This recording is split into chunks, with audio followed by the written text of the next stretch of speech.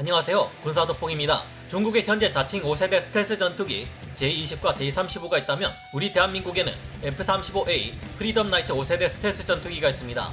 하지만 조만간 우리가 가지고 있는 59대 F-15K 전투기가 이 전략 무기를 갖추게 된다면 F-35A보다도 더욱 무서운 스텔스 전투기 킬러가 될 예정인데요. 여러분도 기억하시겠지만 이제까지 가상 전투를 통해 현존 최강의 스텔스 전투기라는 F-12A 랩터를 잡아낸 무시무시한 전투기가 있습니다. 바로 세계 최강의 전자전기인 EL-18G 그라울러인데요. 하지만 이 그라울러의 전자전 능력에도 일부 한계가 있었습니다. 동시에 여러 주파수 대역에 전자전 공격을 감행하기 어렵다는 점과 프로펠러가 달려있는 AN/ALQ-99 전자전 포드의 발전기 때문에 초음속 비행 영역에서는 작전을 수행하기 어렵다는 것이었는데요. 그런데 미국이 이를 훨씬 능가하는 아주 강력한 성능의 차세대 전자전 제밍 포드 NGJ를 만들어냈습니다. 기존의 AN/ALQ-99 전자전 포드와는 비교조차 할 수 없는 차원이 다른 능력을 가진 이 새로운 전자전 포드는 미 해군의 전자전기인 EL-18G 그라울러는 물론 우리 군의 F-15K 59대를 기량해 탄생할 F-15EX 전투기에도 적용될 수 있습니다. 중국과 일본 모두가 적을 제압하기 위해 무엇보다 열을 올리고 있는 것 중 하나가 전자전기의 개발입니다. 우리 군이 스스로 국민의 생명과 재산을 지킬 수 있으려면 무엇보다도 스트라이크 패키지와 함께 활약할 이 전자전기의 존재가 필수이며 이를 지원할 전자전 데이터와 기반 시스템이 필요할 텐데요. 우리 군에서도 전자전기를 갖추기 위해 노력 중이지만 언제 심각한 군사적 도발이 일어날지 한치 앞도 할 수 없는 오늘날 이 최강의 전자전 포드를 우리가 운용한다면 적들에게는 심각한 수준의 공포를 불러일으킬 수 있을 텐데요. NGJ 포드와 차세대 대레이더 미사일 AARGM-ER 그리고 이를 탑재한 F-15EX 전자전기를 우리가 갖출 경우 얼마나 무시무시한 타격 능력을 가지게 될지 알아보겠습니다. 전문가는 아니지만 해당 분야의 정보를 조사 정리했습니다. 본의 아니게 틀린 부분이 있을 수 있다는 점 양해해 주시면 감사하겠습니다. 사실 전자전 능력은 현대의 어느 전투기이든 어느 정도는 다 가지고 있는 능력이며 우리가 개발한 KF-11 전투기와 앞으로 나올 FA-50, 블록 20 전투기 또한 가지고 있는 능력입니다. 한국에서도 국산 전자전 포드인 AN/ALQ-200K 전자전 포드를 개발했고 이를 더욱 발전시킨 내장형 전자전 포드를 KF-21이 장비하는데요. 하지만 이와 같은 일반적인 전투기의 전자전 장비 정도로는 자신을 격추시키기 위해 날아오는 적의 미사를 교란해 엉뚱한 곳으로 향하게 하거나 방해 전파를 이용해 적의 레이더로부터 자신을 숨기는 정도의 전자전 방어가 한계일 뿐 본격적으로 적의 강력한 방공망을 무력화시키기는 어렵습니다. 본격적인 전자전기들이 하는 일은 적 레이더가 발산하는 주파수의 전파와 똑같은 전파를 내보내 허위 표적을 생성해 어떤 것이 진짜 공격 편대인지 알 수 없게 하거나 공격하고 있다는 사실 자체를 알기 어렵게 만드는 수준인데요. 단순히 공격하는 아군 전투기 편대의 거리 정보를 기만하거나 각도를 기만하거나 속도를 기만한 것만으로도 적에게 큰 혼란을 줄 수 있으며 적의 조준 및 추적을 방해함으로써 아군 스트라이크 패키지의 생존성을 크게 향상시킬 수 있습니다. 요즘의 전자전 트렌드는 적이 전자전 공격을 당하는 줄도 모르는 상태에서 공격받게끔 할 수 있는 가공할 수준에 이르렀다고 하는데요. 전자전 공격의 원리 자체는 간단합니다. 적의 레이더가 발산하는 전파와 똑같은 주파수의 전파를 더 강력한 출력으로 증폭시켜 내보냄으로써 레이더와 같은 적의 탐지 장비를 무력화시키는 것인데요. 그러나 적의 레이더가 가진 전파에 관한 방대한 데이터를 갖추는 것은 수십 년간의 집요한 적 전파 수집 노력이 뒤따라야만 하는 일이고 대형 발전 설비를 탑재시키기 어려운 일반 전투기로서는 강력한 출력을 가진 지상의 레이더가 발산하는 전파보다 더 강력한 전파를 내보내기 어렵다는 문제점이 있는데요. 본격적인 에스코트 제머 전자전기인 EL-18G 그라울러의 경우 그래서 별도의 강력한 전자전 포드인 AN/ALQ-99FV 포드를 사용하는데 이 앞부분을 보면 프로펠러가 있는 것을 확인할 수 있습니다. 전투기 자체의 전력만으로는 전자전 공격을 가기에 충분치 않아 프로펠러를 회전시켜 전력을 추가로 생산해 공급하는 것입니다. 그리고 AN/ALQ-99 전자전 포드에는 미국이 지난 수십 년간 집요하게 소집해온 여러 적국들의 전자전 관련 데이터들이 총 집약되어 있습니다. AN/ALQ-99 전자전 포드를 비롯해 ALQ-18V2, 윙팁 리시버 등 각종 전자전 장비를 갖춘 EL-18G 그라울러는 이제 미 해군 항공대가 공습작전을 수행할 때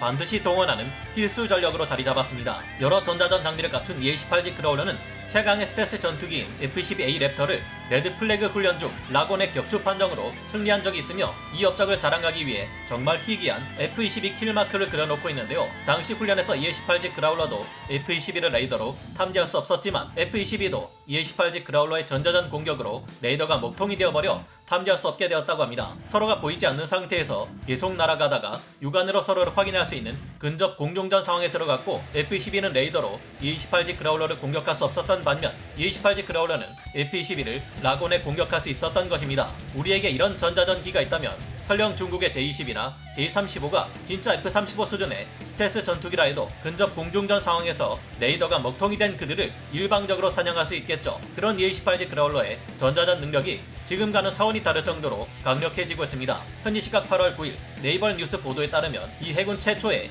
AN/ALQ 249 NGJ-MB 초도 생산문이 지난 7월 7일 메릴랜드주 파투센 리버 해군 항공 시스템 사령부의 제23 시험평가 비행대 공중전자공격 시스템 프로그램 사무국에 도착했다고 합니다. 이 차세대 제모 포드가 개발된 이유는 기존의 AN/ALQ 99FV 전자전 포드에서 일부 문제점이 발생했기 때문인데요. E-28G 그라울러는 최근 자체 레이더로 AN/APG-79 A4 레이더를 사용하고 있는데, 이 레이더와 전자기 간섭 문제가 일어난다는 것입니다. 뿐만 아니라 추가 전력을 얻기 위해 사용되는 AN/ALQ-99FV 포드의 프로펠러가 너무 빠른 초음속 영역에서는 전력을 공급하기 어렵다는 문제가 있어 결국 E-28G 그라울러는 아음속 영역에서만 작전을 수행할 수 있다는 단점도 있습니다. 거기에 더해 AN/ALQ-99FV 전자전 포드는 여러 전파를 동시에 내보낼 수 없어 하나의 제모 포드로 하나의 주파수에만 대응할 수 있다는 문제가 있는데요. 이 같은 단점 때문에 E-28G 그라울러 한 대는 좌우에 각각 한 개씩의 AN/ALQ-99FV 전자전 포드를 사용해 총 2개 주파수만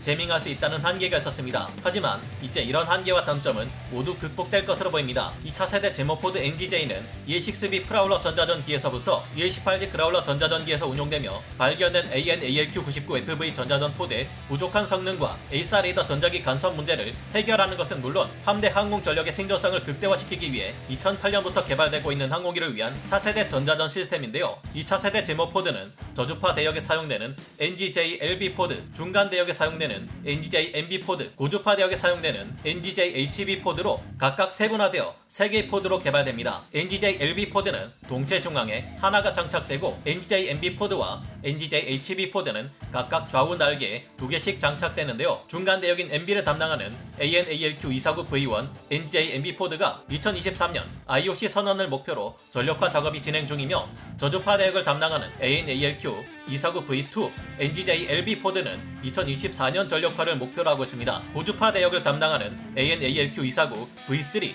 NGJ-HB 포드의 제작을 위해서는 현재 5개 업체가 경쟁하며 한창 개발을 진행 중인데요. AN/ALQ-99 포드를 사용하는 현재 E-28G 그라울러 전자전기는 적진에서 144km 거리까지 근접해야 제민 공격을 할 수 있지만, NGJ-MB 포드를 장착하면 적진으로부터 360km 거리에서도 적진의 레이더를 제밍할 수 있는 것은 물론 하나의 제밍 포드만으로 여러 레이더를 동시에 제밍할 수 있을 것으로 기대되고 있습니다.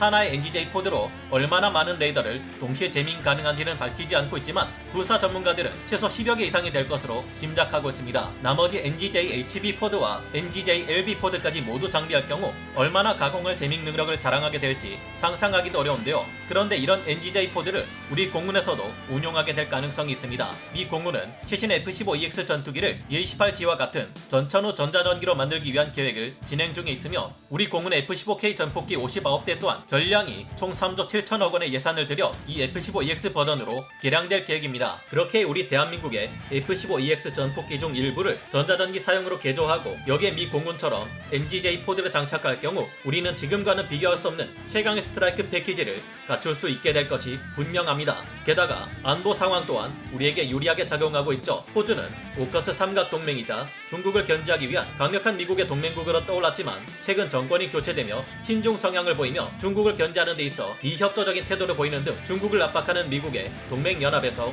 이탈할 조짐을 보이고 있습니다. 호주는 이제까지 미국으로부터 12대 E-28G 그라울러 전자전기를 도입하고 AN/ALQ-99 전자전 포드는 임대하는 형식으로 도입해 운용하고 있었는데요. 중국과 가장 크게 대립하고 있는 미국 입장에서는 더 이상 이런 호주를 더 이상 믿기 어려워지고 있는 반면, 우리 대한민국이 중국을 압박할 수 있는 강력한 전력으로 떠오르고 있습니다. 최근 우리 한국은 중국의 위협에 맞서 미군과의 협력을 크게 늘려가고 있으며, 미국 입장에서는 안 그래도 50년대부터 강력한 동맹국이었던 한국이 호주를 대신해 중국을 압박하게 된다면 이만큼 반가운 일이 없는 셈인데요. 더구나 한국은 무지막지하게 많은 미사일로 유사시 중국의 심장인 베이징을 타격할 수 있으며 최강급의 육군 전력을 보유하고 있습니다. 그런 만큼 추후 우리나라가 의지를 보일 경우 F-15EX 전투기와 NGJ-4대 운용으로 그동안 전혀 갖추지 못하고 있던 최강의 전자전기 편대를 갖출 가능성도 적지 않다고 생각하는데 여러분의 생각은 어떠신가요? 오늘 군사 돋보기 역사 마치고요. 다음 시간에 다시 돌아오겠습니다. 감사합니다. 영상을 재밌게 보셨다면 구독, 좋아요,